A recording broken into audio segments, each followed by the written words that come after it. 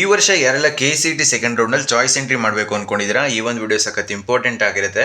ಯಾಕಂದರೆ ಈ ಒಂದು ಕಂಪ್ಲೀಟ್ ವಿಡಿಯೋ ನಿಮ್ಮ ಚಾಯ್ಸ್ ಎಂಟ್ರಿ ಯಾವ ರೀತಿ ಮಾಡೋದು ಅಂತ ಲೈವ್ ವಿಡಿಯೋ ಮಾಡಿ ತಿಳಿಸ್ಕೊಡ್ತಾ ಇದ್ದೀನಿ. ಸೊ ಲಾಗಿನ್ ಆಗಿ ನೀವು ಕೊನೆಯದಾಗಿ ಚಾಯ್ಸ್ ಎಂಟ್ರಿ ಮಾಡಿ ಪ್ರಿಂಟ್ ತೊಗೊತೀರಲ್ವಾ, ಸೊ ಅಲ್ಲಿ ತನಕ ಪ್ರತಿಯೊಂದು ಸ್ಟೆಪ್ನು ಕೂಡ ನಿಮಗೆ ಎಕ್ಸ್ಪ್ಲೇನ್ ಮಾಡ್ತಾ ಇದ್ದೀನಿ. ಅದರಿಂದ ಎಲ್ಲ ನಮ್ಮ ಚಾನಲ್ಗೆ ಇನ್ನೂ ಸಬ್ಸ್ಕ್ರೈಬ್ ಆಗಿಲ್ಲ ಅಂದರೆ ಸಬ್ಸ್ಕ್ರೈಬ್ ಆಗಿ.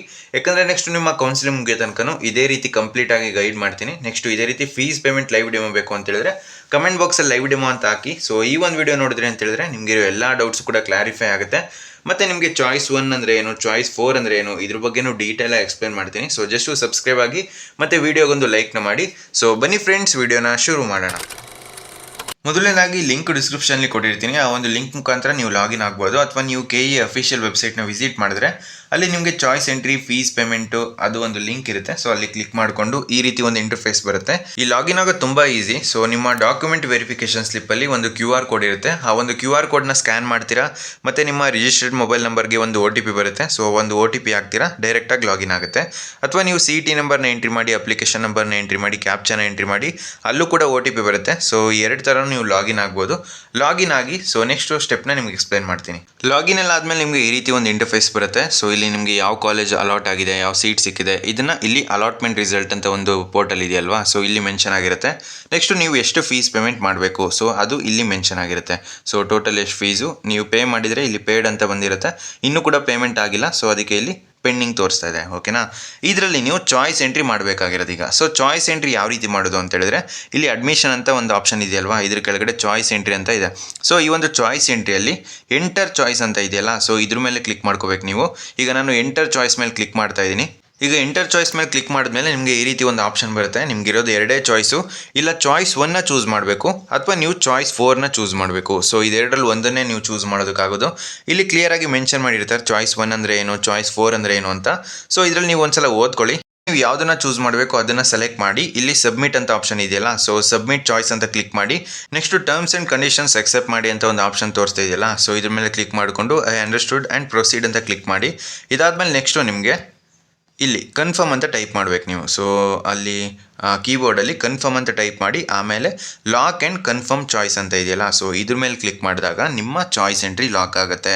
ಸೊ ಚಾಯ್ಸ್ ಎಂಟ್ರಿ ಇಲ್ಲಿ ನೋಡಿ, ನೀವು ಚಾಯ್ಸ್ 1 ಚೂಸ್ ಮಾಡಿದರೆ ಈ ರೀತಿ ಮೆನ್ಷನ್ ಆಗಿರುತ್ತೆ. ಸೊ ಸ್ಯಾಟಿಸ್ಫೈಡ್, ನಿಮಗೆ ಸಿಕ್ಕಿರೋ ಕಾಲೇಜ್ ಓಕೆ, ನೀವು ಅದಕ್ಕೆ ಅಡ್ಮಿಷನ್ ಆಗ್ತೀರಾ. ಆದರೂ ಕೂಡ ನೀವು ಥರ್ಡ್ ರೌಂಡಲ್ಲಿ ಪಾರ್ಟಿಸಿಪೇಟ್ ಮಾಡ್ಬೋದು. ಅದ್ರ ಬಗ್ಗೆ ನಿಮಗೆ ನೆಕ್ಸ್ಟ್ ಎಕ್ಸ್ಪ್ಲೈನ್ ಮಾಡ್ತೀನಿ.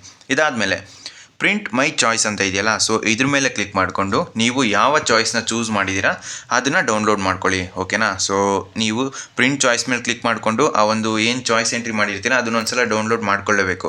ಇಲ್ಲಿ ನೋಡಿ ಡೌನ್ಲೋಡ್ PDF ಅಂತ ಇದೆ, ಇಲ್ಲೂ ಕೂಡ ಆಪ್ಷನ್ ಇದೆ. ನೀವು ಡೈರೆಕ್ಟಾಗಿ ಲಾಗಿನ್ ಆಗ್ತೀರಾ ಅಲ್ವಾ, ಅಲ್ಲೂ ಕೂಡ ನೀವು ಚಾಯ್ಸ್ ಎಂಟ್ರಿ ಕೆಳಗಡೆ ಡೌನ್ಲೋಡ್ PDF ಅಂತ ಆಪ್ಷನ್ ಇದೆ ಅಲ್ವಾ, ಅಲ್ಲಿ ನೀವು ಯಾವ ಚಾಯ್ಸ್ನ ಚೂಸ್ ಮಾಡಿರ್ತೀರಾ ಅದರದ್ದು PDF ಡೌನ್ಲೋಡ್ ಆಗುತ್ತೆ. ಅದಾದಮೇಲೆ ನಿಮಗೆ ಚಾಯ್ಸ್ ಎಂಟ್ರಿ ಮಾಡಿದ್ಮೇಲೆ ಇಲ್ಲಿ ತೋರಿಸೋದು ನಿಮಗೆ ಪೇ ಆನ್ಲೈನ್ ಅಥವಾ ಪೇ ಚಲನ್ ಅಂತ. ಸೊ ಲೈವ್ ಡೆಮೋ ಬೇಕು ಅಂತ ಹೇಳಿದ್ರೆ ಕಮೆಂಟ್ ಬಾಕ್ಸಲ್ಲಿ ಫೀಸ್ ಪೇಮೆಂಟ್ ಲೈವ್ ಡೆಮೋ ಅಂತ ಹಾಕಿ, ಖಂಡಿತ ಲೈವ್ ಡೆಮೋ ಮಾಡಿ ತಿಳಿಸ್ಕೊಡ್ತೀನಿ. ಸೊ ಡೌನ್ಲೋಡ್ ಮಾಡ್ಕೊತೀರಾ ನಿಮ್ಮ ಚಾಯ್ಸ್ ಎಂಟ್ರಿನ. ಅದಾದಮೇಲೆ ಚಾಯ್ಸ್ 1 ಚೂಸ್ ಮಾಡಿದರೆ ನೀವು ಫೀಸ್ ಪೇಮೆಂಟ್ ಮಾಡಬೇಕು. ಸೊ ಈಗ ಚಾಯ್ಸ್ 1 ಮತ್ತು ಚಾಯ್ಸ್ 4 ಎರಡಕ್ಕೂ ಇರೋ ಡಿಫ್ರೆನ್ಸ್ ಏನು, ಇದ್ರ ಬಗ್ಗೆ ನಿಮಗೆ ಡೀಟೇಲಾಗಿ ಎಕ್ಸ್ಪ್ಲೇನ್ ಮಾಡ್ತೀನಿ. ಈಗ KCET ಸ್ಟೂಡೆಂಟ್ಸ್ಗೆ ನಿಮಗಿರೋದು ಎರಡೇ ಚಾಯ್ಸು. ಇಲ್ಲ ನೀವು ಕಾಲೇಜ್ಗೆ ಅಡ್ಮಿಷನ್ ಮಾಡ್ಕೋಬೇಕು, ಅಥವಾ ನಿಮಗೆ ಸಿಕ್ಕಿರೋ ಸೀಟ್ನ ಕ್ಯಾನ್ಸಲ್ ಮಾಡ್ಕೊಂಡು ನೀವು ಬೇಕಾದರೆ ಥರ್ಡ್ ರೌಂಡಲ್ಲಿ ಪಾರ್ಟಿಸಿಪೇಟ್ ಮಾಡ್ಬೋದು. ಈಗ ಚಾಯ್ಸ್ 1 ಯಾರೆಲ್ಲ ಚೂಸ್ ಮಾಡಬೇಕು ಅಂತ ತಿಳಿಸ್ಕೊಡ್ತೀನಿ ನೋಡಿ. ಸೊ ಚಾಯ್ಸ್ 1 ಯಾರು ಚೂಸ್ ಮಾಡಬೇಕು ಅಂತ ಹೇಳಿದ್ರೆ, ಈಗ ನಿಮಗೆ ಯಾವುದೋ ಒಂದು ಕಾಲೇಜ್ ಸಿಕ್ಕಿದೆ. ಸೊ ಆ ಒಂದು ಕಾಲೇಜು ನೀವು ಎಕ್ಸ್ಪೆಕ್ಟ್ ಮಾಡ್ತಾ ಇದ್ರಿ. ಸೊ ಅದೇ ಒಂದು ಕಾಲೇಜ್ ನಿಮ್ಗೆ ಬೇಕಾಗಿತ್ತು, ಸೇಮ್ ಟು ಸೇಮ್ ಅದೇ ಒಂದು ಕಾಲೇಜ್ ನಿಮ್ಗೆ ಸಿಕ್ಕಿದೆ. ಸೊ ಈ ಒಂದು ಕೇಸಲ್ಲಿ ನೀವು ಚಾಯ್ಸ್ 1ನ ಚೂಸ್ ಮಾಡಿ ಫೀಸ್ ಪೇಮೆಂಟ್ನ ಮಾಡಿ ನೀವು ಕಾಲೇಜ್ಗೆ ಅಡ್ಮಿಷನ್ ಆಗ್ಬೋದು. ಓಕೆನಾ. ಈಗ ತುಂಬ ಸ್ಟೂಡೆಂಟ್ಸ್ಗೆ ಡೌಟ್ ಬರೋದು, ನಾನು ಥರ್ಡ್ ರೌಂಡಲ್ಲಿ ಪಾರ್ಟಿಸಿಪೇಟ್ ಮಾಡ್ಬೋದಾ ಅಂತ. ಸೊ ಖಂಡಿತ ನೀವು ಚಾಯ್ಸ್ 1 ಚೂಸ್ ಮಾಡಿ ಫೀಸ್ ಪೇಮೆಂಟ್ ಮಾಡಿ ಕಾಲೇಜ್ಗೆ ಅಡ್ಮಿಷನ್ ಆದರೂ ಕೂಡ ನೀವು ಥರ್ಡ್ ರೌಂಡಲ್ಲಿ ಪಾರ್ಟಿಸಿಪೇಟ್ ಮಾಡ್ಬೋದು. ಓಕೆನಾ. ಅದು ನಿಮ್ಮ ಡಿಸಿಷನ್ನು. ಓಕೆನಾ. ಬಟ್ ಕಂಪಲ್ಸರಿ ನೀವು ಅಡ್ಮಿಷನ್ ಆದರೆ ನಿಮಗೆ ಒಂದು ಸೀಟು ಬ್ಯಾಕಪ್ ಆಗಿರುತ್ತೆ, ನೀವು ಥರ್ಡ್ ರೌಂಡಲ್ಲಿ ಪಾರ್ಟಿಸಿಪೇಟ್ ಮಾಡ್ಬೋದು.